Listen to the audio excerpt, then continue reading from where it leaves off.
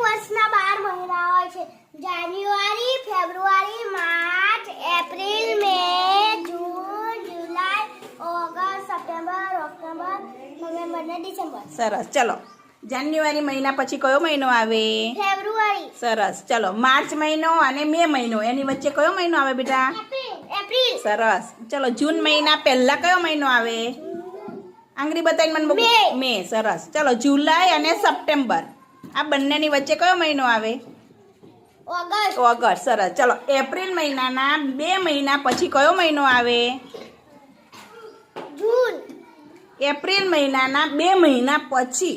જુલાઈ. શાબાશ. ચલો, સપ્ટેમ્બર પછી કયો મહિનો આવે બેટા? ઓક્ટોબર. ઓક્ટોબર. ચલો, ડિસેમ્બરની પહેલા.